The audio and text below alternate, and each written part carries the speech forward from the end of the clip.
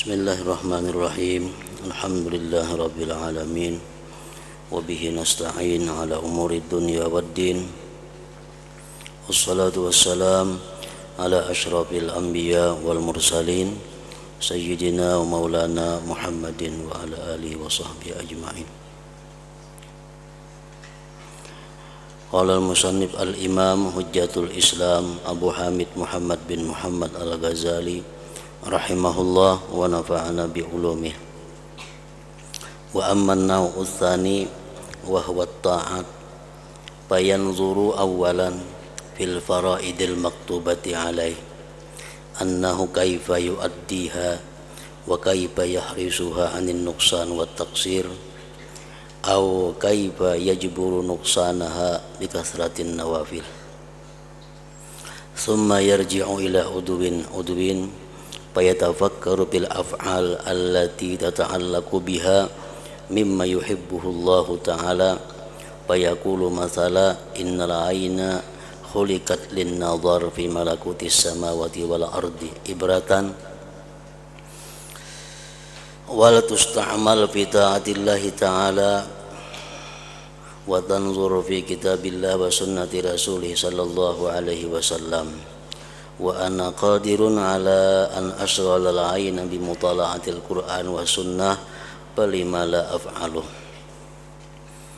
Wa ana qadirun ala an anzura ila fulanin al-muti bi 'aini ta'zim fa udkhilu surura ala qalbi wa anzuru ila fulanin al-fasik bi 'aini al-izdira fa azjuruhu bidzalik an ma'siyatihi falima la af'aluh ila akhir.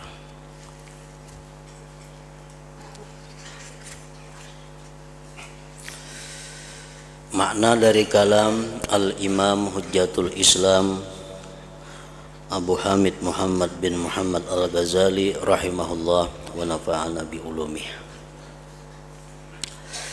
Macam yang kedua daripada macam-macam jalan tafakkur,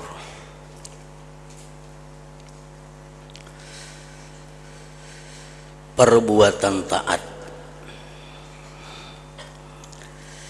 Perbuatan taat merupakan satu jalan di antara jalan-jalan tafakkur.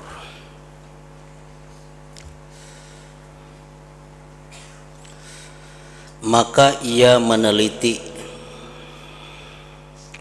pertama-tama pada salat fardu yang diwajibkan atasnya, bahwa bagaimana ia menunaikannya. Nah, ini termasuk di antara jalan tafakkur. Kita memikirkan tentang bagaimana sembahyang fardu yang kita laksanakan itu, bagaimana cara menunaikannya.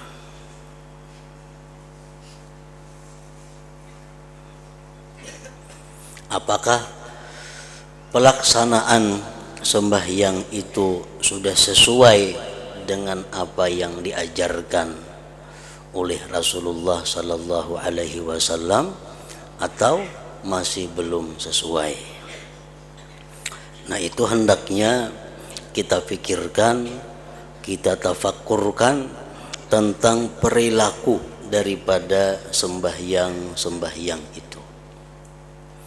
Karena Rasulullah sallallahu alaihi wasallam bersabda, "Shallu kama ra'aitumuni usalli."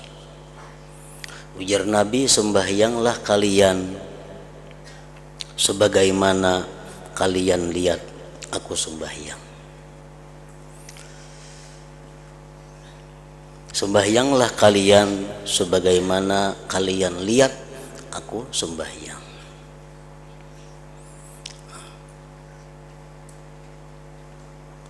Tidak mungkin kita bisa melihat sembahyang Rasulullah sallallahu alaihi wasallam karena kita kada berjumpa, kada satu masa dengan beliau. Tetapi apa-apa yang diterangkan oleh para ulama di dalam kitab-kitab fikih itu menjelaskan bahwa bagaimana sembahyangnya Rasulullah Sallallahu Alaihi Wasallam. Nah, jalan tafakkur di situ adalah kita meneliti bagaimana cara pelaksanaan sembahyang kita selama ini. Sudah paskah kita sujudnya? Sudah paskah kita rukuknya? Sudah cukukkah bacaan-bacaan kita? Sudah cukukkah caranya tasyahud akhir, tasyahud awal, mengangkat takbir? Nah, itu disuruh kita meneliti, tafakkur.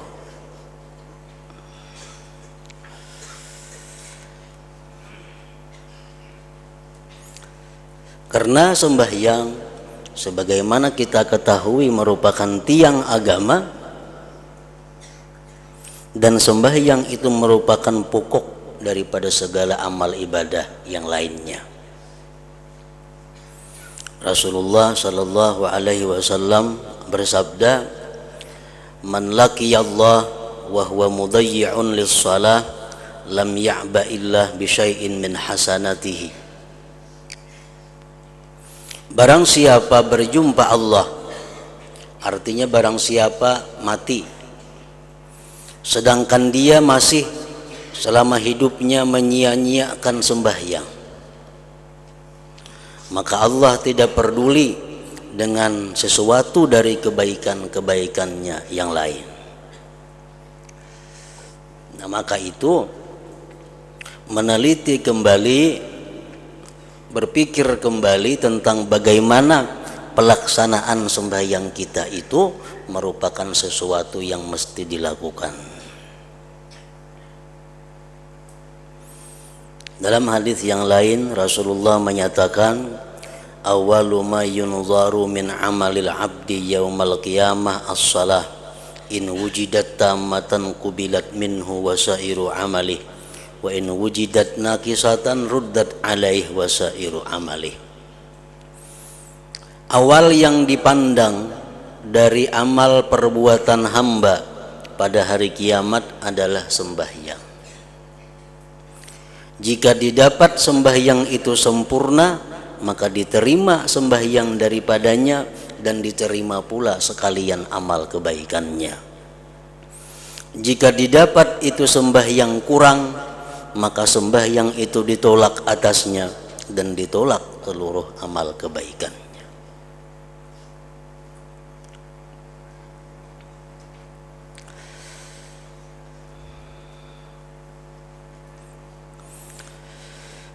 Maka ia meneliti pertama-tama pada salat fardu yang diwajibkan atasnya,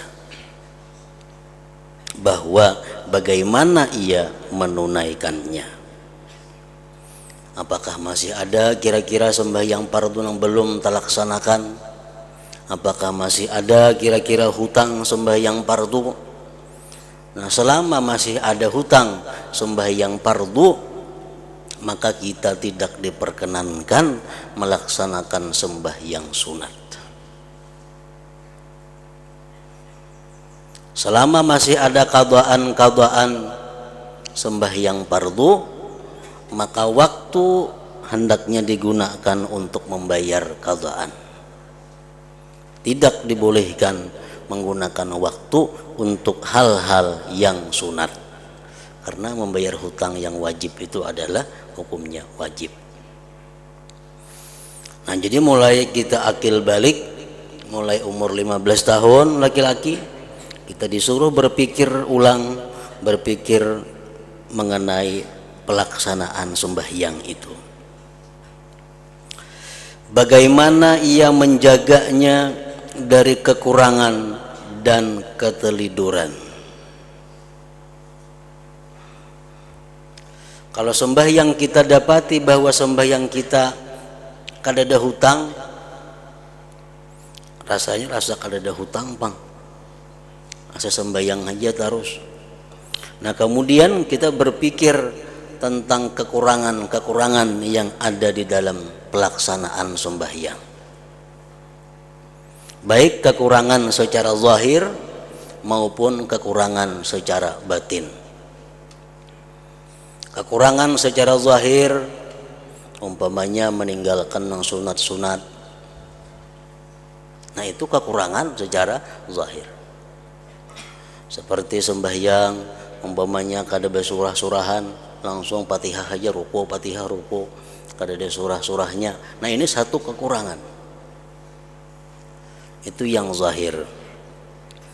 Nah kemudian kita berpikir lagi tentang kekurangan-kekurangan yang batin daripada sembahyang. Kekurangan batin adalah seperti khusyuk. Nah bagaimanakah kekhusyuan kita selama ini? Kalau bisa kita persin, umpamanya berapa persen khusyuk kita dari sembahyang yang 4 rakaat itu. Nah disuruh tafakkur, memikirkan itu. Rasulullah bersabda, la yanzurullah ila salatin la yuhdirur rajulu fiha qalbahu ma'a badanihi. Allah tidak menengok, Allah tidak memperhatikan kepada sembahyang yang tidak menghadirkan seseorang pada sembahyang itu hatinya beserta badannya. Artinya kalau kita sembahyang itu hati kita melayang keluar daripada badan, Allah kada akan menengok sembahyang itu. Jadi hati di dalam sembahyang itu mesti mengikuti gerak-gerik sembahyang. Kalau badan kita ruku, hati ikut ruku. Badan kita sujud, hati ikut sujud. Badan kita berdiri, hati ikut berdiri. Nah itu ngarannya hati kada keluar daripada badannya. Kalau kita sujud tapi hati kita memikirkan di rumah, ngarannya hati berpisah dengan badan kita. Kita ruku, hati kita di pasar, berarti hati kita berpisah daripada badannya. Nah Allah kadang memperdulikan sembahyang seorang hamba yang seperti itu. Nah itu perlu dipikirkan juga. Perlu dipikirkan. Bagaimana ia menjaganya dari kekurangan dan keteliduran. Atau bagaimana ia menambal kekurangannya dengan banyaknya salat-salat sunat. Sembahyang-sembahyang sunat yang kita lakukan seperti qabliyah, ba'diyah itu berfungsi untuk menutupi kekurangan-kekurangan di dalam sembahyang fardu.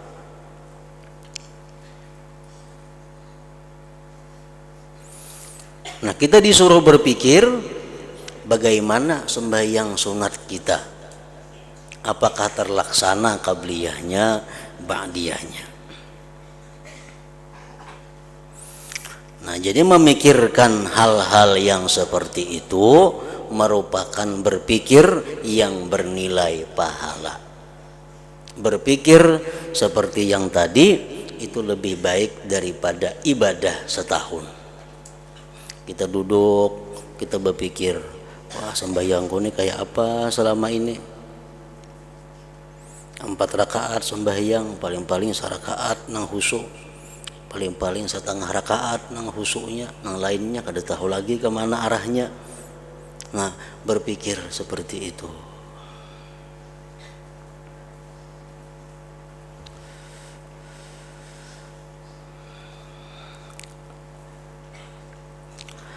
Kemudian ia kembali berpikir pulang kepada anggota badan demi anggota badan.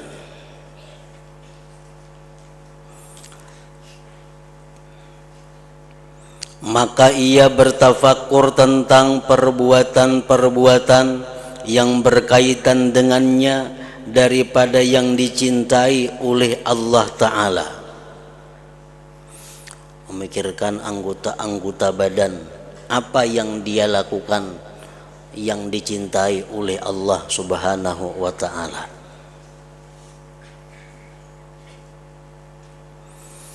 Maka ia berkata umpamanya, Sesungguhnya mata diciptakan untuk memandang pada kerajaan langit dan bumi, untuk mengambil i'tibar. Salah satu fungsi daripada mata adalah melaksanakan perintah Allah, memandang kepada ciptaan Allah agar ingat kepada yang menciptakannya. Itu salah satu fungsi diciptakan mata.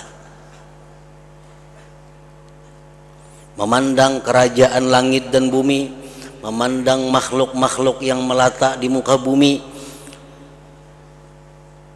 dengan pandangan i'tibar, dengan pandangan yang mengambil pelajaran, artinya itu termasuk perintah daripada agama. Maka ia berkata umpamanya, sesungguhnya mata diciptakan untuk memandang pada kerajaan langit dan bumi, untuk mengambil i'tibar. Allah berfirman dalam surat Al-Ghasyiyah, afala yanzurun ilal ibili kaifa khuliqat wa ilas sama'i kaifa rufi'at wa ilal jibali kaifa nusibat wa ilal ardi kaifa sutihat. Contohnya, apakah mereka tidak memandang, apakah mereka tidak menggunakan mata kepada unta kaifa khuliqat, bagaimana unta itu diciptakan oleh Allah Subhanahu wa taala. Unta adalah salah satu binatang yang menakjubkan. Unta salah satu binatang yang ajaib daripada binatang-binatang lainnya. Nah, Allah menyuruh kita, apakah mereka itu kadang menggunakan mata untuk melihat unta? Bagaimana unta itu diciptakan oleh Allah Subhanahu wa taala. Nah, para ulama tafsir menjelaskan kenapa Allah Subhanahu wa taala mencontohkan unta, karena mencontohkan kuda. Padahal kuda sangat terkenal di tanah Arab di samping unta. Ada lagi himar, keledai. Ada lagi bagal. Tapi yang disebut Allah unta. Nah, para ulama tafsir menjelaskan bahwa di antara kelebihan unta daripada binatang-binatang lainnya itu adalah bahwa unta ini mampu berjalan, mengangkut manusia dan mengangkut barang perjalanan yang sangat jauh, yang memakan waktu berbulan-bulan. Itu unta aja nang kawa. Kalau sapi kada tahan. Nah, ini keunggulan unta. Kelebihan si unta itu dia berjalan berbulan-bulan membawa beban yang berat. Nah, kemudian kelebihan unta daripada yang lain yang kita pandang sebagai i'tibar, keajaiban ciptaan Allah Subhanahu wa taala, bahwa unta ini mampu memakan rumput apa aja dimakannya, walaupun rumput itu berduri, itu dimakannya. Kalau binatang lain rumputnya berduri ada sanggup memakan, kalau unta nang berduri ke rumputnya nang kayak apa, asal ada rumput dimakannya. Jadi ususnya unta itu tahan lawan duri, parutnya unta tahan lawan duri-duri ini tuh ada bapaknya. Kelebihan yang ketiga, unta itu mampu berjalan, bertahan, kada minum setengah bulan di padang pasir. Nah, jalan setengah bulannya kawa kada minum. Kalau binatang lain 3 hari bisa mati sudah ada minuman. Makanya Allah menyuruh kita memandang kepada unta.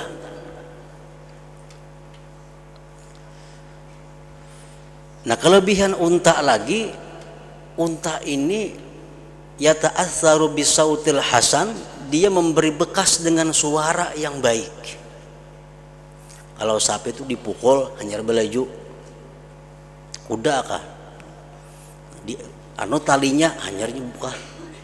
Kalau unta kada, bila dinyanyiakannya buka.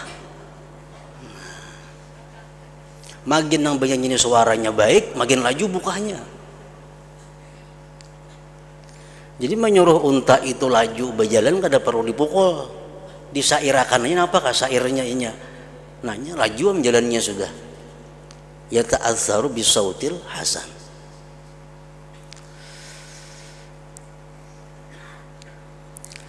Nah, diceritakan bahwa pernah terjadi 2 ekor unta membawa barang yang berat dari Syam menuju Mekah.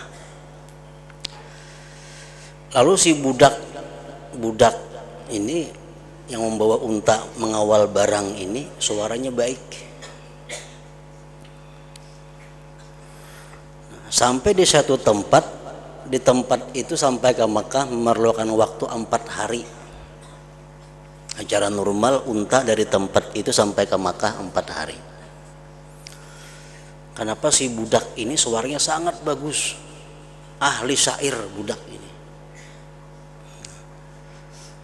Begitu unta berangkat, si budak tadi bersyair sepanjang jalan, bersyair 2 hari sampai. Begitu sampai ke Makkah, mati keduanya untanya. Rupanya kalau jun berjalan tuh kalapahan inya.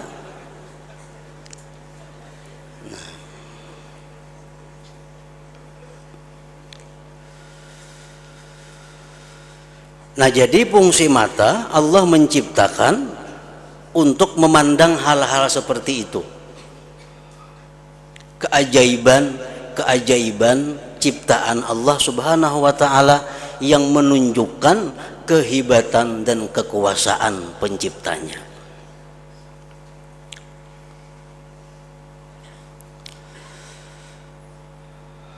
Dan agar digunakan itu mata penglihatan dalam taat kepada Allah Ta'ala,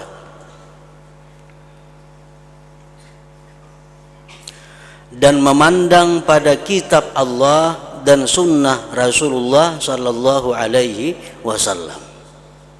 Kita membaca Al-Quran menggunakan mata, itu menggunakan mata dalam hal ibadah.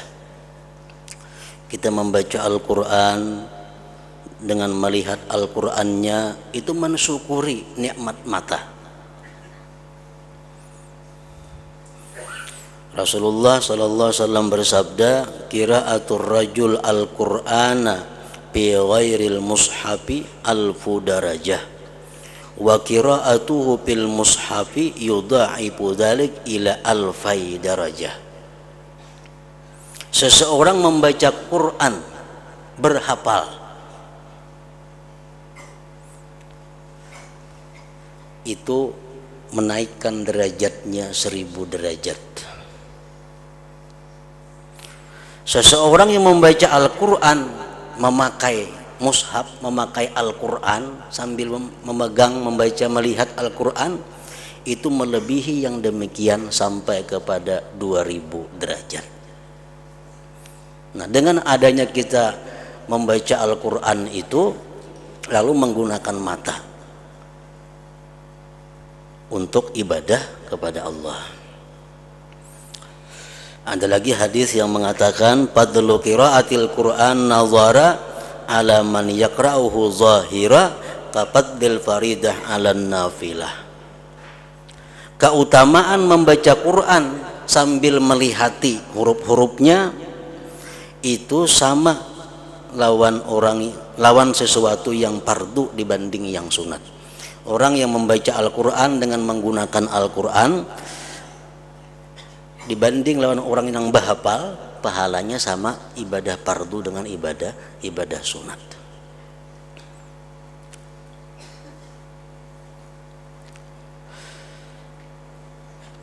Nah, sesungguhnya mata diciptakan untuk memandang kepada kerajaan langit dan bumi, untuk mengambil i'tibar dan agar digunakan dalam taat kepada Allah Ta'ala, dan memandang pada kitab Allah dan sunnah Rasulullah sallallahu alaihi wasallam, dan saya mampu menyibukkan mata, saya mampu menggunakan mata dengan mutalaah Al-Quran dan sunnah, lalu mengapa saya tidak mengerjakannya? Itu yang dipikirkan.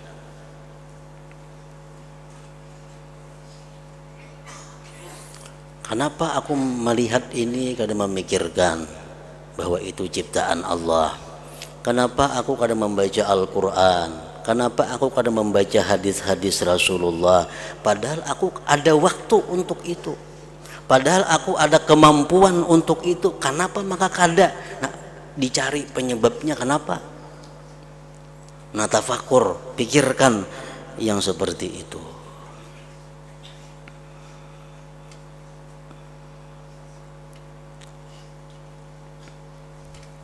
Dan saya mampu menyibukkan mata dengan mutalaah Al-Quran dan sunnah, lalu mengapa saya tidak mengerjakannya?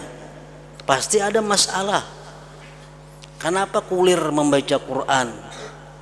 Kenapa memandang-mandang nang ajaib dari makhluk Allah kada ingat lawan Allahnya? Padahal aku ada waktu, padahal mataku sihat. Kenapa aku kada bisa melakukan itu? Apa penyebabnya? Nah, tafakur itu.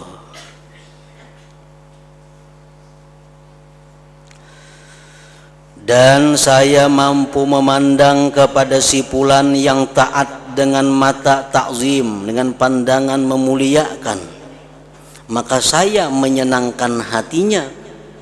Dan saya memandang kepada si fulan yang fasik dengan mata penghinaan, pandangan penghinaan, maka saya mencegahnya dengan demikian itu dari perbuatan maksiatnya. Maka mengapa saya tidak mengerjakannya? Memandang orang yang saleh mestinya pandangannya pandangan hormat. Memandang orang-orang yang nyata-nyata fasik mestinya pandangannya pandangan yang sinis. Tapi kenapa aku kada bisa melakukan itu? Memandang orang yang saleh sama, memandang orang fasik kayak itu juga. Kenapa kada bisa merubah pandangan itu? Nah, berpikir.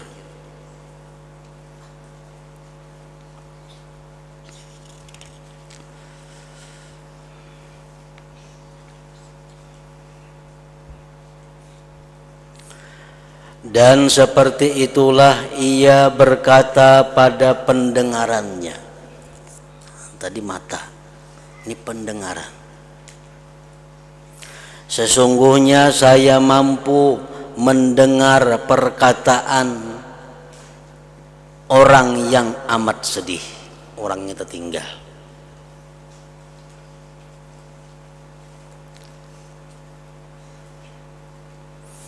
Sesungguhnya saya mampu mendengar perkataan orang yang amat sedih, mendengari keluhan-keluhannya, mendengari penderitaan-penderitaannya, mendengari hajat-hajatnya. Atau mendengar hikmah dan ilmu, atau mendengar bacaan Al-Quran dan zikir. Lalu mengapa saya mengusungkannya?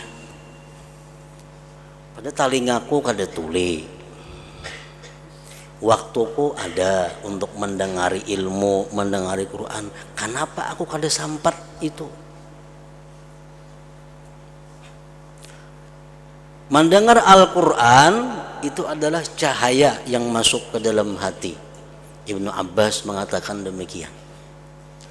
Kita mendengar bacaan Al-Quran, walaupun kita kadang mengerti apa yang kita baca, tapi itu ada cahaya yang masuk ke dalam hati kita.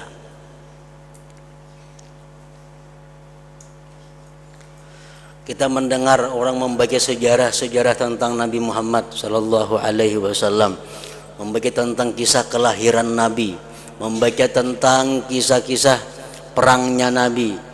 Bahasa Arab kita kadang mengerti, tapi kita dengari, maka itu akan jadi cahaya yang masuk ke dalam hati kita.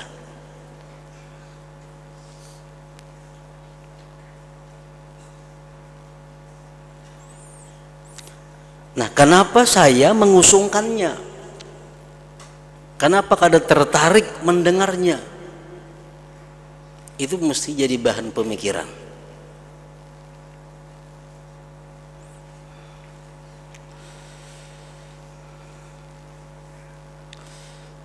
Menjadi bahan renungan, apa kendalanya maka aku ini kada katuju mendengari Al-Quran? Apa sebabnya aku ini kada katuju mendengari ilmu? Apa masalahnya? Dan Allah telah menganugerahkan kenikmatan kepadaku dengannya, pendengaran, dan menitipkannya kepadaku agar saya bersyukur kepadanya. Mendengari Al-Quran berarti mensyukuri nikmat telinga. Mendengari ilmu bersyukur nikmat telinga. Maka mengapa saya mengkufuri kenikmatan Allah padanya? Kenapa kita katuju mendengari hal-hal yang kada bermanfaat? Kenapa katuju mendengari hal-hal yang maksiat? Mengkufuri kenikmatan Allah padanya dengan menyia-nyiakannya itu pendengaran atau mengusungkannya daripada amal kebaikan. Nah, itu jadi renungan juga, jadi pikiran mestinya.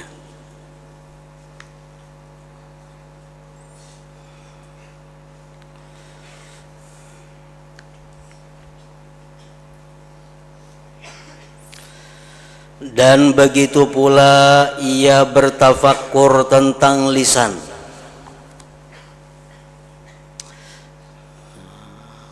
Dan ia berkata, sesungguhnya saya mampu mendekatkan diri kepada Allah Ta'ala dengan mengajar, memberi nasihat, dan berbuat kasih sayang kepada hati orang-orang yang saleh, dan dengan menanyakan tentang keadaan orang-orang fakir, menyenangkan hati Zaid yang saleh dan Amr yang alim dengan kata-kata yang baik. Setiap kata-kata yang baik adalah sedekah. Allah Subhanahu wa Ta'ala menjadikan lisanku, Allah menciptakan lisanku agar aku bisa berbuat baik dengan lisan ini. Kalau lisan kita ini kada suka berbuat kebaikan, lisan kita ini malas berbuat seperti tadi, nah, direnungkan, dipikirkan kenapa penyebabnya itu. Nah, jadi kita berpikir sedikit nangka itu aja sudah dapat pahala lebih daripada setahun ibadah. Tafakkuru sa'atin. Hanya berpikir sesaat. Belum lagi kita bergerak untuk melaksanakan pikir itu, hanya berpikir sudah dapat pahala.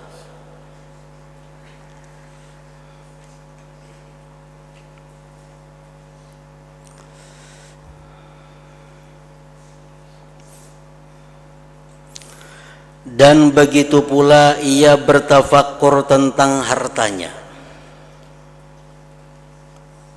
Maka ia berkata, saya mampu bersedekah dengan harta anu.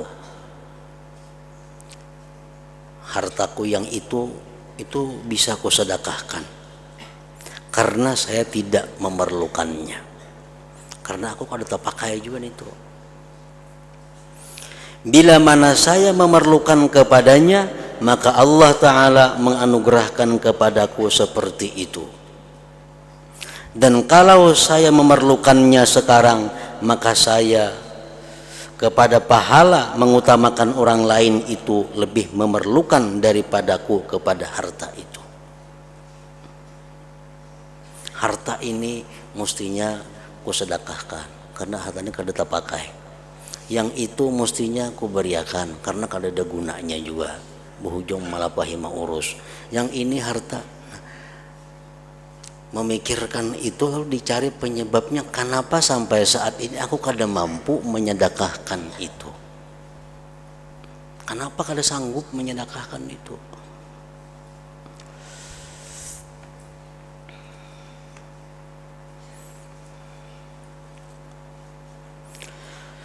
Dan begitulah ia memeriksa tentang semua anggota badannya, sejumlah badannya dan semua hartanya, bahkan tentang semua binatangnya, budak-budaknya dan anak-anaknya.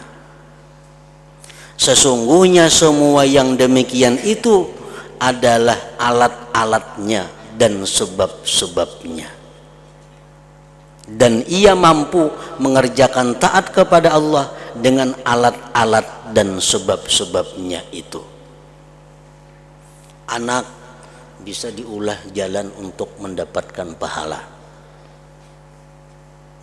Pasangan hidup laki atau bini kawa diulah jalan untuk mendapatkan pahala. Kendaraan kawa diulah alat untuk menarik mendapatkan pahala.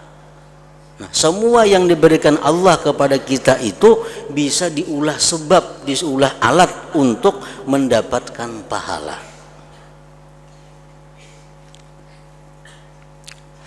Maka ia menerapkan dengan pikiran yang halus kepada macam-macam amalan taat yang mungkin dengannya.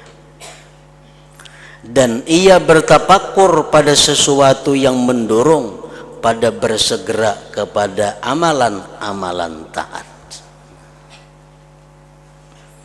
Jadi mesti dicari jalan keluarnya, solusinya kayak apa. Allah sudah lengkap menyediakan alat-alatnya untuk mendapatkan pahala, tapi kenapa alat-alat itu kada kawa digunakan? Kenapa alat-alat yang diberikan Tuhan itu kada mampu kita jalankan untuk mendapatkan pahala sebanyak-banyaknya? Nah, itu yang perlu dikonsultasikan, itu yang perlu dimusyawarahkan, itu yang perlu dipikirkan.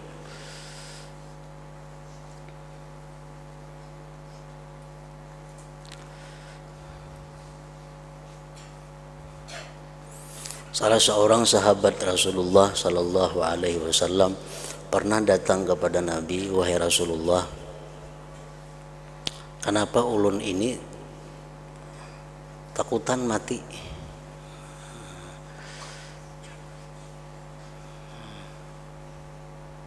Artinya hendak lawas hidup dalam dunia. Padahal Rasulullah mengatakan ad-dunya sijnul mukmin. Dunia ini adalah penjaranya orang yang beriman.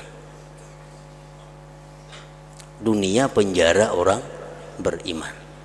Mestinya setiap orang beriman tuh hendak lakas keluar di penjara. Maulah tahanan hendak belambat dalam penjaranya. Bila keluarnya suka mestinya. Nah, sekarang dunia ini penjara bagi orang yang beriman, ujar Nabi. Tapi kenapa kita hendak berlawas-lawas dalam penjara?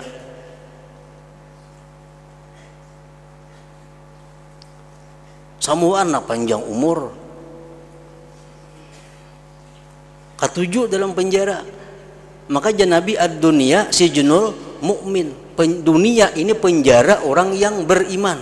Mestinya orang beriman itu berpikir nak lakas keluar dari penjara. Ada kita paling, kita berpikir nak berlawas-lawas dalam penjara.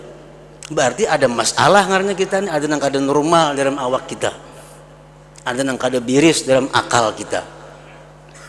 Nah, sahabat ini bertakun lawan, wahai Rasulullah, kenapa ulun ini hendak lawas hidup dalam dunia? Nah, ini ngarannya mencari jalan keluar, mengetahui penyakit hati. Ini ada penyakit nih, anak panjang umur ini ada penyakit.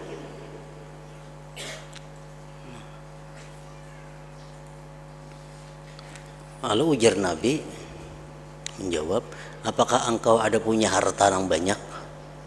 Oh, banyak orang punya harta, wahai Rasulullah. Nah, itu penyebabnya ya Nabi. Qaddim malaka, dahulukan harta engkau, niscaya engkau suka mengiringinya. Dahuluakan harta, niscaya engkau suka mengiringinya. Nah kalau harta ini sudah kita sedekahkan, harta ini kita wakafkan, kita akan suka mengiringinya. Nah maulah kita takutan mati, yang ditinggal ini banyak. Nang di sana kadada, nang diharap-harap.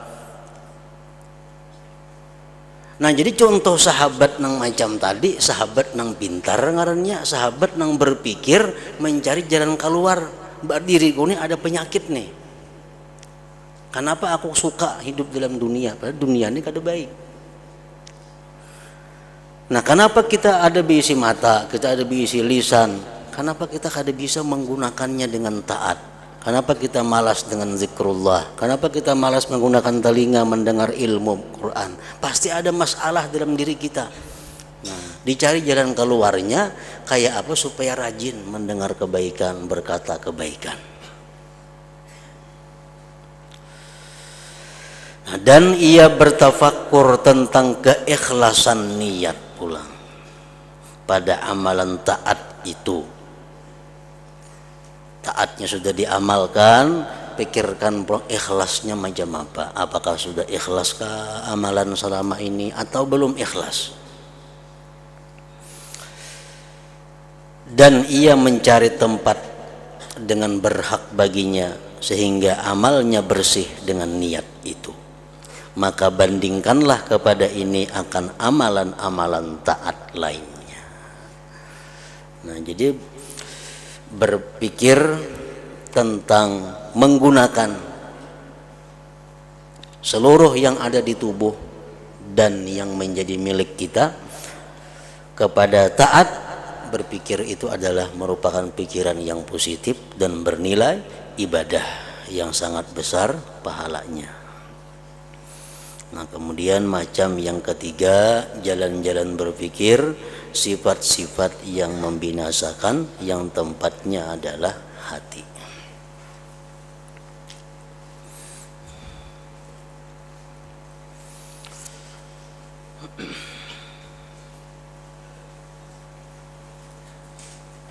Kamis yang akan datang kita sudah libur, insya Allah nisfu Sya'ban sudah, dan kita sambung lagi insya Allah Kamis yang kedua sesudah Idul Fitri. Kamis yang kedua sesudah Idul Fitri insya Allah ta'ala. Abdul zikri fa'alam annahu la ilaha illallah Muhammadur Rasulullah, la ilaha illallah Muhammadur Rasulullah, la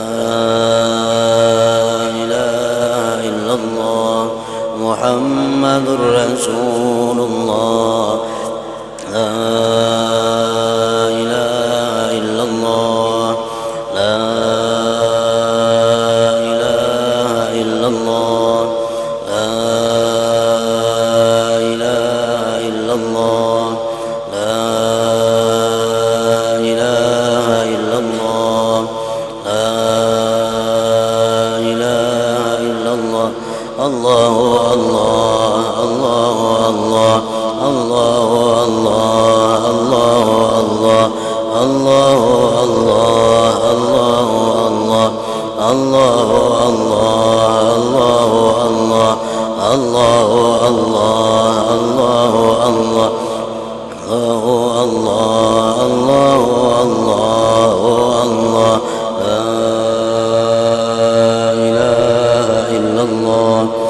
Muhammadur Rasulullah, la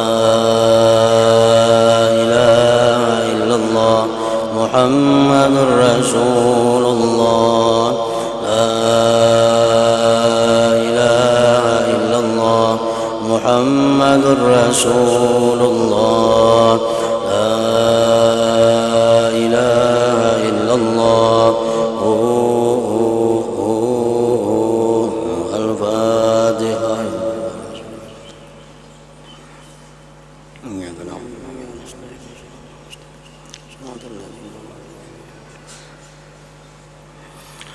فيا أيها الراجون منه شفاعة صلوا عليه وسلموا تسليما